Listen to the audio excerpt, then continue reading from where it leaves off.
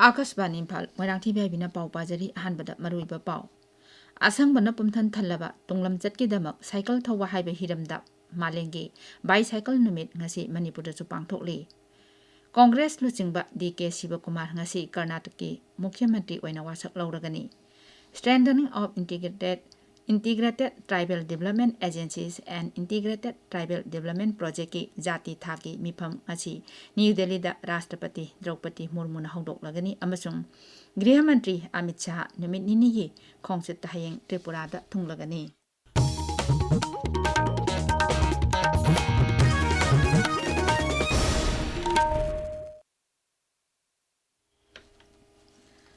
Malengi bicycle numit ngasi Manipurda chu pangthokli kumja lising ani tara nipal dagi hongna United Nations na sahi khudingi June 3 da numit asi pangthokna lakli asang bana pumthan thallaba tunglam chatki damak cycle thoba haibe hiram sida Manipurda chu numit asi pangthokli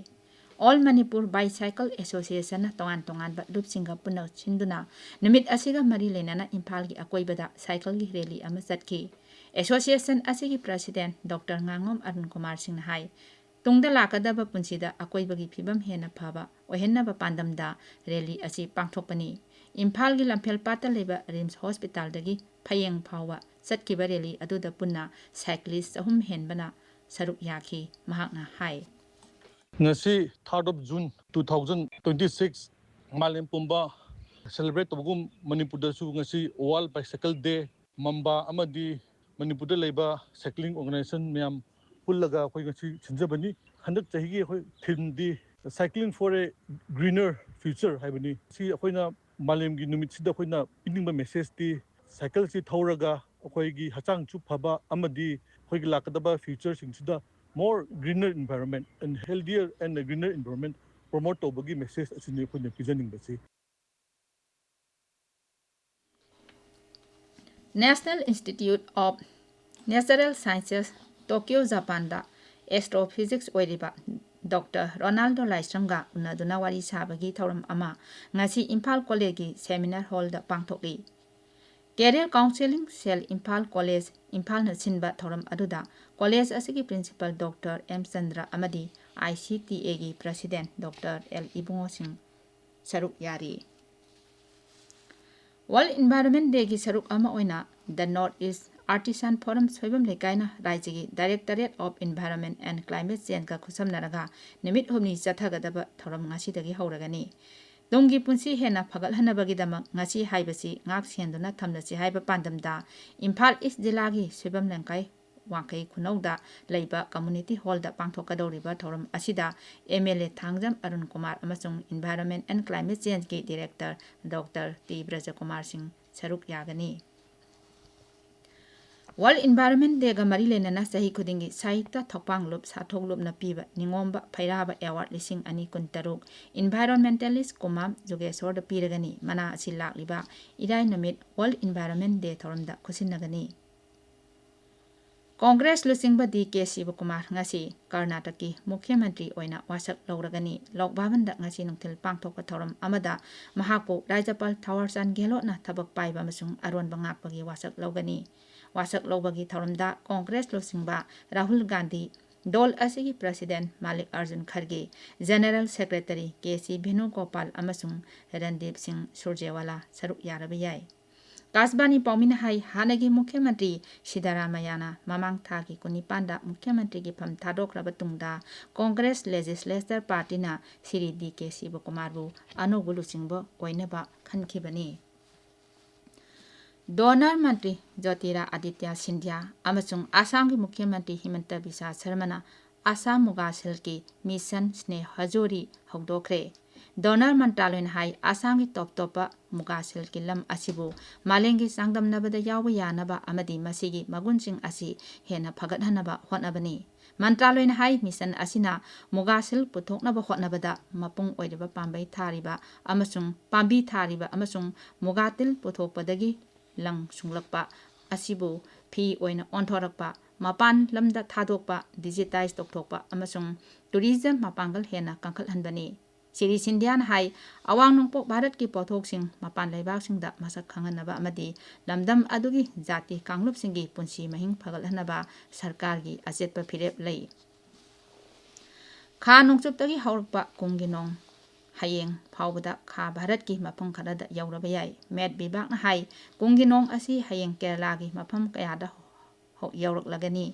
kha nongchup tagi haurakpa kunginong asi makha tana Lakshadweep Ithat Tamil Nadu amasung kha nongpok thangba Bangkop Sagar da hayeng phawbada yaurak laba yai amaramda India Meteorological Department Imphal Center gi paw matung ina rajya sigi mafam ayambada lakadawriba numit humni asida akhak arau yauna nong churba yai rajya sigi oina ngarang Chusampur jilada nong khwaidagi chuki Sabka Saath Sabka Vikas Sabka Vishwas amasung Sabka Prayas haiba wakhalonda Bharat singthaningai oina awonba purakli haukiba sahi 12 asida Modi sarkarna longmising lairabasing nupi amadi naha singi yaifa thawrang kayamarum paikhatli tabiriba pawasi Akashbani Imphal dagini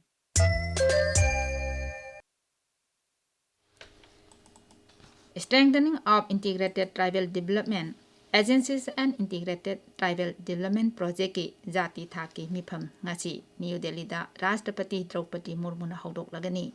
Kendra gi Tribal Affairs Mantralayna sinba thoram asi Janjatiya Garima Utsav ka mari lenana pangthokpani Rashtrapati Murmu na Bengaluru gi Indian Institute Sciences ki Center for Nano Science and Engineering da nauna saba training lab ama virtual oina sangagani Rashtrapati na lebak asigi tongan ba mafam da leiba Eklavya Model Residential School singda nauna saba space lab budra manga suba sangagani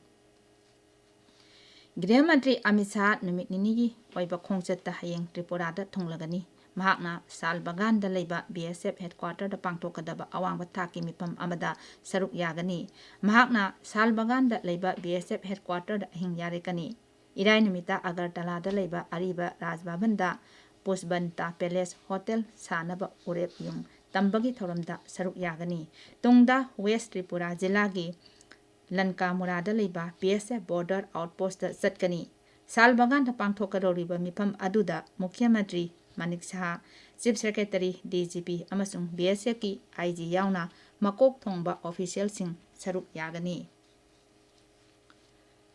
Nongchup Bengal gi Mukhya Mantri Subendu Adhikari na ngasi Annapurna Yojana haudok lagani Yojana asigi makhada rajya dugi nupi singda tha amada lupa lising ahum pigani Taurang asi sahi kun mangadagi humpo phawbagi manungda leiba skim asigi khodong chaba phangba yaraba nupi singda pigani Akashbani Paumin hai ahanba tangkakta beneficiary singda ngasidagi hauraga makoi gi bank account ta lupa lising ahum phangani skim asidagi nupi koti ani hena kanaba phanglaba yai haudokpagi thauram haujik haki matungda nabanada pangthokani haudokpa thaurangi hek matungda block amasung municipality singdagi Annapurna Yojana ki khangatlaba beneficiary samada khodong saba phangbagi che khusinagani beneficiary singna scheme asigi makhada numit mafudani gi manungda register togadabani Jal Jeevan Mission 2.0 gi makhada kendrana rajya mari amasung union territory amaga ngarang yanawarol ama sahi tongnakhre Yanawarol sahi tongnakraba rajya mari adudi Arunachal Pradesh Nagaland Tamil Nadu Jharkhand amasung union territory puducharini Yanawarol adu Jal Shakti Mantri CR Patil gi mamangda rajya sing asigi Mukhya Mantri amadi makok thongba official singa video conferencing gi khothangda sahi tongnakhibani Aroibada maruiba pau amo Asang bana pumthan thalaba tunglam chatkidamak cycle thoba haiba hiramda malengi bicycle numit ngasi Manipur da su pangthokli Congress lusingba DK Sivakumar ngasi Karnataki Mukhya Mantri oina wasak lauragani Strengthening of Integrated Tribal Development Agencies and Integrated Tribal Development Project ki jati thaki mifam ngasi New Delhi da Rashtrapati Draupadi Murmu haudok lagani amasung Gृह Mantri Amit Shah numit nini gi khongchat hayeng Tripura da thonglagani pauloi jare